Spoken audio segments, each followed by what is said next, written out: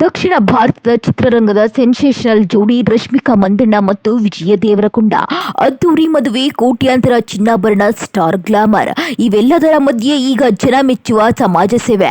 ಏನದು ಸೇವೆ ಅಂತ ತೋರಿಸ್ತೀವಿ ನೋಡಿ. ರಾಜಸ್ಥಾನದ ರಾಜ್ಯ ಮನೆತನದ ಸೊಬಗು ತುಂಬಿದ ಉದಯಪುರ. ಫೆಬ್ರವರಿ 26, 2026 ಸಿನಿರಂಗ ಸಾಕ್ಷಿಯಾದ ಕನಸಿನ ಮದುವೆ. ಕೋಟಿಗಳ ವೆಚ್ಚ, 6ರಿಂದ 7 ಕೋಟಿಗಳ ಚಿನ್ನಾಭರಣ.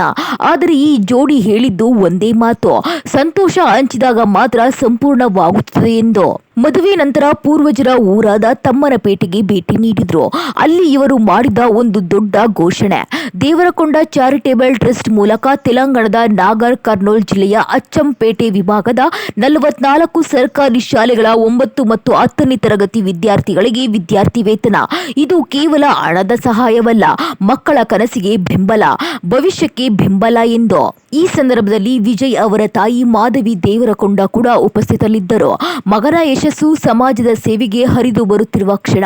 ಇದಕ್ಕೂ ಮೊದಲು ದೇಶದ ವಿವಿಧೆಡೆ ದೇವಸ್ಥಾನಗಳಲ್ಲಿ ಅನ್ನದಾನ, ಅಭಿಮಾನಿಗಳಿಗೆ ಸಿಹಿ ವಿತರಣೆ, ಇದೀಗ ಶಿಕ್ಷಣದ ಮೂಲಕ ಸಮಾಜ ಸೇವೆ.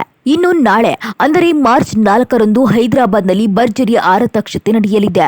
ಅದು ಕೂಡ ಪ್ರಸಿದ್ಧ ತಾಜ್ ಕೃಷ್ಣನಲ್ಲಿ. ದಕ್ಷಿಣ ಭಾರತದ ಸಿನಿರಂಗದ ಗಣ್ಯರು, ಬಾಲಿವುಡ್ ತಾರೆಯರು, ರಾಜಕೀಯ ಮುಖಂಡರ ಸಮ್ಮುಖದಲ್ಲಿ ಮತ್ತೊಮ್ಮೆ ಸ್ಟಾರ್ ಸಂಭ್ರಮವಾಗಲಿದೆ. ಪ್ರೀತಿಯಿಂದ ಆರಂಭವಾದ ಈ ಕತೆ ಸೇವೆಯಿಂದ ಮತ್ತಷ್ಟು ಅರ್ಥಪೂರ್ಣವಾಗಿದೆ. ರಶ್ಮಿಕಾ ವಿಜಯ್ ಸಿನಿಮಾದಲ್ಲಿ ಮಾತ್ರವಲ್ಲ, ನಿಜ ಜೀವನದಲ್ಲೂ ಸೂಪರ್ ಹೀರೋ ಹೀರೋಯಿನ್ ಜೋಡಿ.